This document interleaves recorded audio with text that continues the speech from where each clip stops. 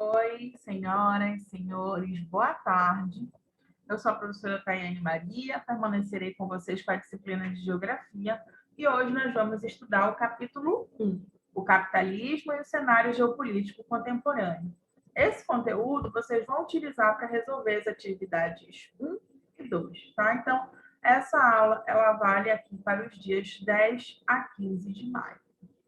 A aula também será direcionada para as turmas terceiro alfa, terceiro bravo e terceiro charlie. Se porventura a videoaula não for suficiente para vocês compreenderem o conteúdo e resolverem a atividade, podem entrar em contato comigo pelo grupo, pelo WhatsApp. Então, vamos iniciar aqui a nossa aula de hoje. Como sempre, a gente continua colocando aqui uma frase de motivação. Quando alimentamos mais nossa coragem do que nossos medos, derrubamos muros e construímos pontes, né? Estamos vivenciando um momento de muita dificuldade, de muitas adversidades, mas tenhamos coragem, nós vamos conseguir passar por tudo isso. E vocês, né, esse ano farão a prova do Enem, eu sei das dificuldades, mas tenham coragem, tenham força que vocês vão conseguir passar por essa etapa. O primeiro conceito que a gente vai trabalhar no dia de hoje é o conceito de geopolítica. Então, o que é a geopolítica? A geopolítica, primeiramente, é um campo interdisciplinar. E é um campo que ele precisa do conhecimento de várias áreas. Por isso que a gente diz que ele é interdisciplinar, porque ele precisa de conhecimentos na área da política, na área da economia e na área da estratégia militar. Então, eu vou dar um exemplo para vocês de um país que utiliza muito da geopolítica, os Estados Unidos. Ele é um país com uma das maiores economias do mundo, é um país que detém forte influência política sobre vários países e ele é também um dos países com maior poder militar atual. Por esses três aspectos, nós podemos dizer que os Estados Unidos detêm forte poder geopolítico. A geopolítica também, ela nos ajuda a compreender a relação entre os países, porque a forma como um país se relaciona com o outro é uma estratégia. E esse campo aí das estratégias é uma aplicação da geopolítica. Então, por exemplo, quando um país declara guerra a um país ou a um grupo de países, querendo ou não, ele está fazendo geopolítica, né? A geopolítica é, digamos assim, que a arte de se relacionar com os outros países. Tem um conflito muito importante para o nosso estudo da aula de hoje, que é a Segunda Guerra Mundial. Eu imagino que vocês já estudaram esse conflito lá na disciplina de História. Durante a Segunda Guerra Mundial, eu vou falar para vocês aqui algumas características que vocês lembrem, eu acredito, né? O primeiro ponto é que esse conflito ele aconteceu no continente europeu, né? Então, a maioria dos países envolvidos são países europeus. A Alemanha, a Itália, o Reino Unido, né, a Inglaterra, a França e uma parte da então União Soviética, hoje Rússia, fica no continente europeu. Então, o continente europeu foi o continente mais afetado. Onde é que eram jogadas as bombas? Onde aconteciam as batalhas? No continente europeu. Esse é o primeiro aspecto. O segundo aspecto é que este conflito aí chamado de Segunda Guerra Mundial, ele foi dividido em dois grupos, né? Um grupo que era o grupo Eixo, composto pela Alemanha, Itália e pelo Japão, e o grupo dos aliados, composto pelo Reino Unido, França, União das Repúblicas Socialistas Soviéticas. Gravem bem essa imagem e essa bandeira, que é o antigo nome e a antiga bandeira da Rússia, e também pelos Estados Unidos. Os Estados Unidos era um país que, igual o Japão, né, não fica no continente europeu, mas por questões de estratégia, ele acabou se envolvendo nesse conflito. E aí a gente pode ver uma cena dos quadrinhos, né, lá do Capitão América, o Capitão América batendo no Hitler, que foi o líder alemão envolvido nesse conflito aí da Segunda Guerra Mundial. A produção cinematográfica e cultural destes países aqui, nesse período aí, que foi de 1939 a 1945, e até alguns anos depois, ela foi muito direcionada para falar da guerra, né? Então, é muito comum nós encontrarmos filmes, quadrinhos, desenhos que falam desse período aí. Se a gente pudesse dizer que um desses grupos saiu vitorioso, nós diríamos que foi o grupo dos aliados que saiu vitorioso. Lembrando que o início desse conflito, ele é, na verdade, a Primeira Guerra Mundial, que é um outro conflito que é necessário vocês darem uma lida, darem uma pesquisada, para se aprofundarem. E como foi que acabou este conflito? Esses dois grupos de países aqui entraram em um acordo, né? E também os Estados Unidos ele tinha acabado de desenvolver as bombas nucleares, né? As bombas atômicas. E ele jogou duas bombas sobre o território japonês. Uma na cidade de Hiroshima e outra na cidade de Nagasaki, pondo fim ao conflito conhecido como Segunda Guerra Mundial. Então, essa imagem aqui que está com a legenda da BBC é uma fotografia desse período aí, logo após a bomba ter sido jogada na cidade de Hiroshima. Essa foto aqui de cima é de uma cidade europeia. Dá para a gente ter uma noção de como que ficaram as cidades europeias com o fim da Segunda Guerra Mundial. Como vocês podem ver aí, principalmente nessa imagem, as cidades da Europa elas ficaram arrasadas, né? Não só as cidades, mas é muito importante falar para vocês que até as áreas onde eram produzidos alimentos, lá no campo, lá no meio rural, elas também ficaram arrasadas, né? Muitas vezes eles utilizavam substâncias químicas para deixar o solo infértil, né? Um país atacava o outro, evitando que o país continuasse produzindo alimentos, fazendo com que a população daquele lugar passasse fome. Então, o continente europeu, quando acaba a Segunda Guerra Mundial, ele está devastado.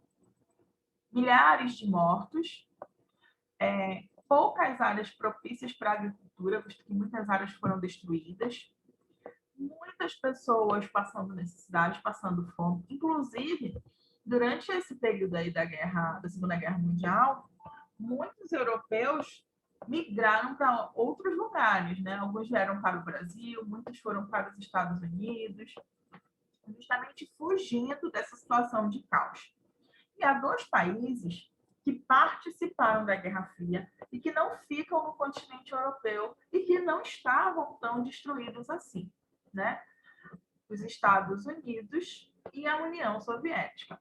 A União Soviética, um pedacinho dela até fica dentro da Europa, mas a maior parte do país ficava no continente asiático. Então, foi um país que não sofreu tanto com as batalhas, né, durante a Segunda Guerra Mundial.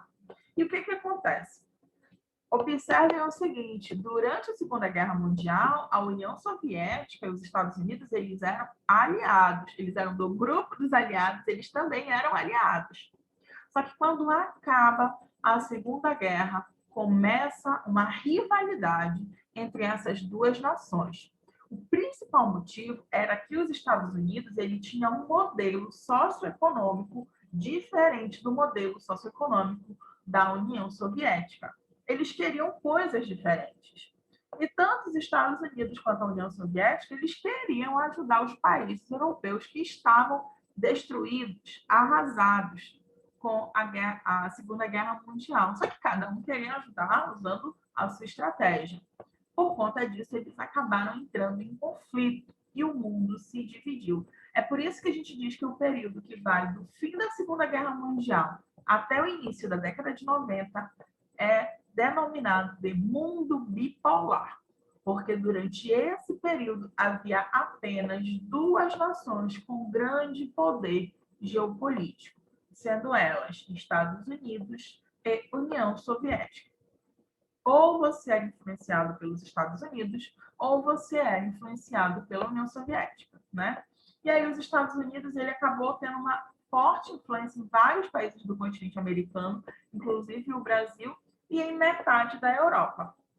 Já a União Soviética teve forte influência no continente asiático e em metade do continente europeu. A gente fala que a Guerra Fria foi uma tensão ideológica. Os Estados Unidos nunca jogou uma bomba sequer sobre a cidade de Moscou, né? Então capital da União Soviética. E a União Soviética também nunca jogou nenhuma bomba em cima de Washington, que é a capital dos Estados Unidos.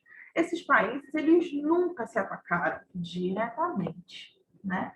Era muito mais um jogo de poder, um jogo de ameaças.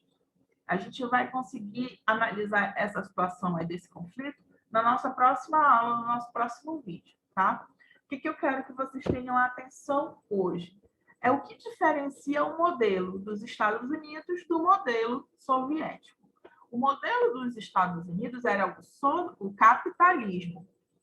E quais são as características do capitalismo? Primeira característica, propriedade privada. Terras, minas, fábricas, bancos e empresas em geral pertencem à burguesia. O capitalismo, nós dividimos a sociedade em duas classes sociais.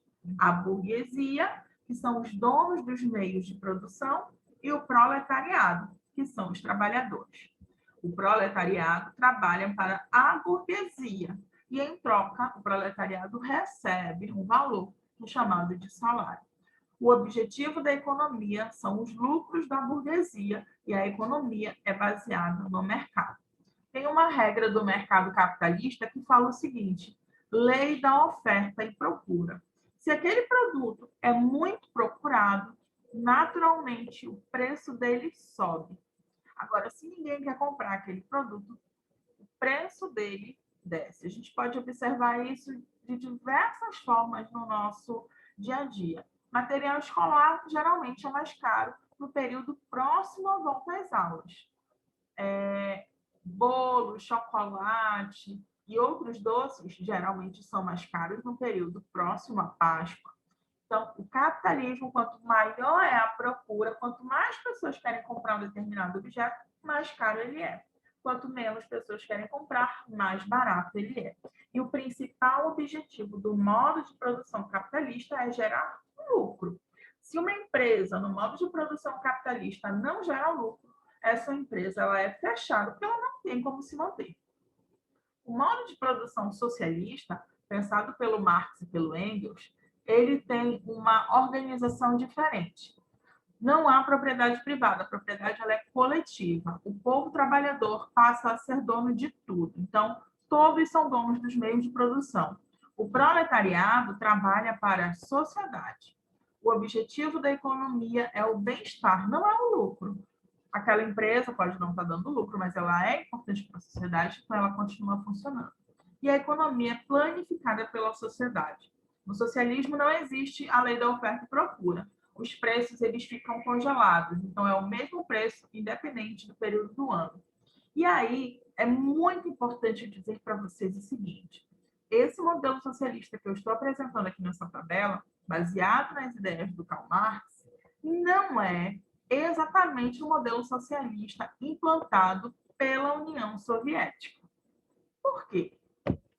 Quando Marx pensou nesse modelo, ele pensou que seria um modelo que ia acabar com as desigualdades sociais. Contudo, quando este modelo foi implantado na União Soviética, melhorou, de certa forma, a vida da população, só que, como a gente bem sabe, uma realidade que a gente vive, continua existindo corrupção e vários outros problemas sociais. Então, quando a gente fala de socialismo e das ideias do Marx e de Engels, nós estamos falando do socialismo científico, aquilo que foi pensado. E quando a gente fala daquilo que foi implantado lá na União Soviética, a gente fala do socialismo real. O socialismo científico pensado pelo Karl Marx nunca foi implantado em nenhum país, porque eles não seguiram à risca todas as orientações que ele dava, né, junto com o Engels aí, nas obras que ele elaborou. É importante dizer também o papel do governo. No socialismo, o governo ele tem um poder muito importante. É ele que vai...